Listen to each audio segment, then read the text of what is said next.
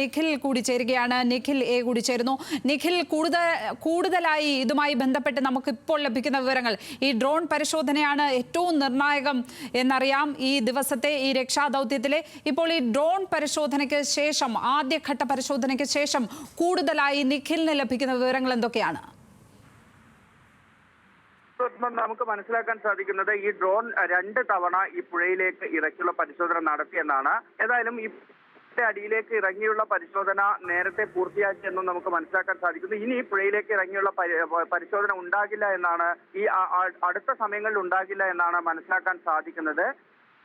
ഈ ലോറി ചെരിഞ്ഞ നിലയിലാണ് എന്ന തരത്തിലുള്ള വിവരമാണ് നമുക്കിപ്പോൾ മനസ്സിലാക്കാൻ സാധിക്കുന്നത്. ഇന്നലെയൊക്കെ ഈ ലോറി കീഴ്മേൽ മറിഞ്ഞ സ്ഥിതിയിലായിരുന്നു എന്ന് പറയുന്നുണ്ടായിരുന്നെങ്കിലും ലോറി ഒരു ചെരിഞ്ഞ നിലയിലാണ് കിടക്കുന്നത് എന്ന വിവരമാണ് ലഭിക്കുന്നത്. അത്തരത്തിൽ ഈ ലോറിയെ കൃത്യമായി ലൊക്കേറ്റ് ചെയ്യുന്നതിനപ്പുറത്തേക്ക് ഈ ക്യാബിനിൽ പ്രവേശിക്കുക എന്നുള്ളതാണ് ഇനി പ്രധാന ഘട്ടമായി നിലനിൽക്കുന്നത്. നേരത്തെ നമ്മൾ പറയുന്നത് പോലെ ഈ പുഴയുടെ ഒഴുക്ക് ഉൾപ്പെടെയുള്ള കാര്യങ്ങൾ തടസ്സമായി നിൽക്കുന്നുണ്ട് എങ്കിൽ പോലും അതിനുള്ള തീവ്ര ശ്രമങ്ങളാണ് നടത്തുന്നത്.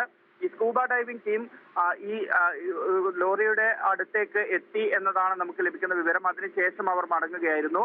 പിന്നീടാണ് ഈ ഡ്രോൺ ഉപയോഗിച്ച് 2 തവണ ഈ വെള്ളത്തിൽ പരിശോധന നടത്തിയത്. ഇപ്പോൾ ഏതായാലും ആ ഡ്രോണ് കൂടുതൽ പരിശോധനകൾ നടത്തുന്നില്ല. അത് അവിടെ താൽക്കാലികമായി സജ്ജമാക്കിയ ആർമിയുടെ ഈ പറയുന്ന കൺട്രോൾ റൂമിലേക്ക് മാറ്റി എന്നാണ് മനസ്സിലാക്കാൻ സാധിക്കുന്നത്.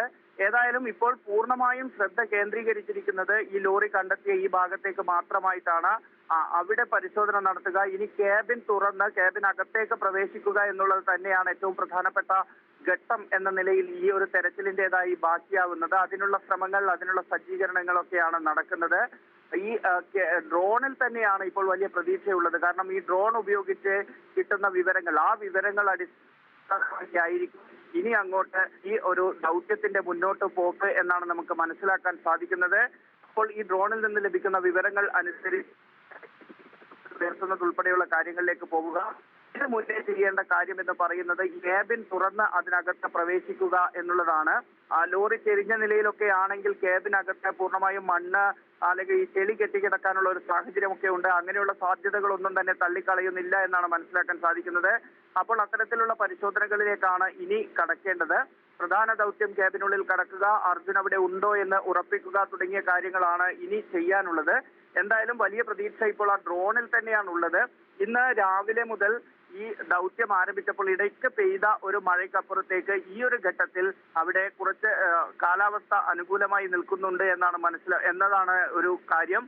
അതുകൊണ്ട് തന്നെ ഈ സമയമൊക്കെ പരമാവധി പ്രയോജനപ്പെടുത്തി തന്നെയാണ് ഇപ്പോൾ അവിടെ ഈ വാഹനം പുറത്തെടുക്കുന്നതും ഒപ്പം അർജുന അതിലുണ്ടോ എന്ന് വ്യക്തത വരുത്തുന്നതും ഉൾപ്പെടെയുള്ള പരിശോധനകൾ നടന്നുകൊണ്ടിരിക്കുന്നത്.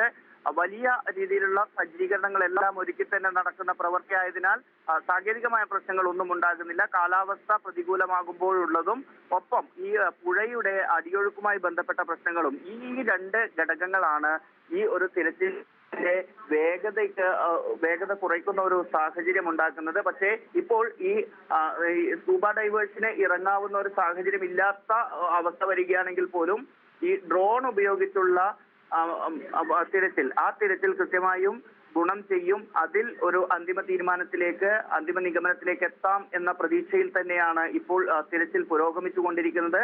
മഴ മാറി നിൽക്കുന്നു എന്നുള്ളത് വലിയ രീതിയിലുള്ള ആശ്വാസം ഈ ഘട്ടത്തിൽ നൽകുന്നുണ്ട്. ഏതായാലും നിർണായക ഘട്ടത്തിലൂടെ ഈ ഒരു ദൗത്യം മുന്നേറിക്കൊണ്ടിരിക്കുകയാണ്. തിരച്ചിൽ സംഘത്തിന് സാധിക്കുന്നു എന്നത് തന്നെയാണ് ഇതിലേറ്റവും പ്രധാനപ്പെട്ട കാര്യം. 2 തവണ ഈ തെരച്ചിൽ സംഘം ഈ ലോറി എന്നതാണ് നമുക്ക് മനസ്സിലാക്കാൻ സാധിക്കുന്നത്. അങ്ങനെ 2 തവണ ലോറിക്ക് അരികിലേക്ക് അപ്പോൾ തീർച്ചയായും അത് കൂടുതൽ ലോറിയുടെ എങ്ങനെയാണ് ലോറി കിടക്കുന്നത് തുടങ്ങിയ വിവരങ്ങൾ കൃത്യമായി ലഭിച്ചിട്ടുണ്ട്. അതിനുശേഷമാണ് ഇനി ഈ ലോറി ഉയർത്തുന്നത് ഉൾപ്പെടെയുള്ള കാര്യങ്ങളിലേക്ക് പോകേണ്ടത്. ഈ മുങ്ങൽ വിദഗ്ധർക്ക് ലഭിച്ച വിവരങ്ങൾക്കൊപ്പം തന്നെ കൂടുതൽ അതിന് കൃത്യത വരുത്തുന്നതിന് വേണ്ടി ഈ ഡ്രോണിൽ നിന്ന് ലഭിക്കുന്ന വിവരങ്ങൾ കൂടി ഉപയോഗപ്പെടും. അപ്പോൾ ആ സാഹചര്യത്തിൽ മുന്നോട്ട് പോയാൽ ദൗത്യം ഇന്ന് വൈകുന്നേരത്തോടെ അവസാനിപ്പിക്കാം എന്ന പ്രതീക്ഷയിലാണ് ഇപ്പോൾ പ്രവർത്തനങ്ങളെല്ലാം നടന്നുകൊണ്ടിരിക്കുന്നത്. നിലവിൽ ഈ ഡ്രോൺ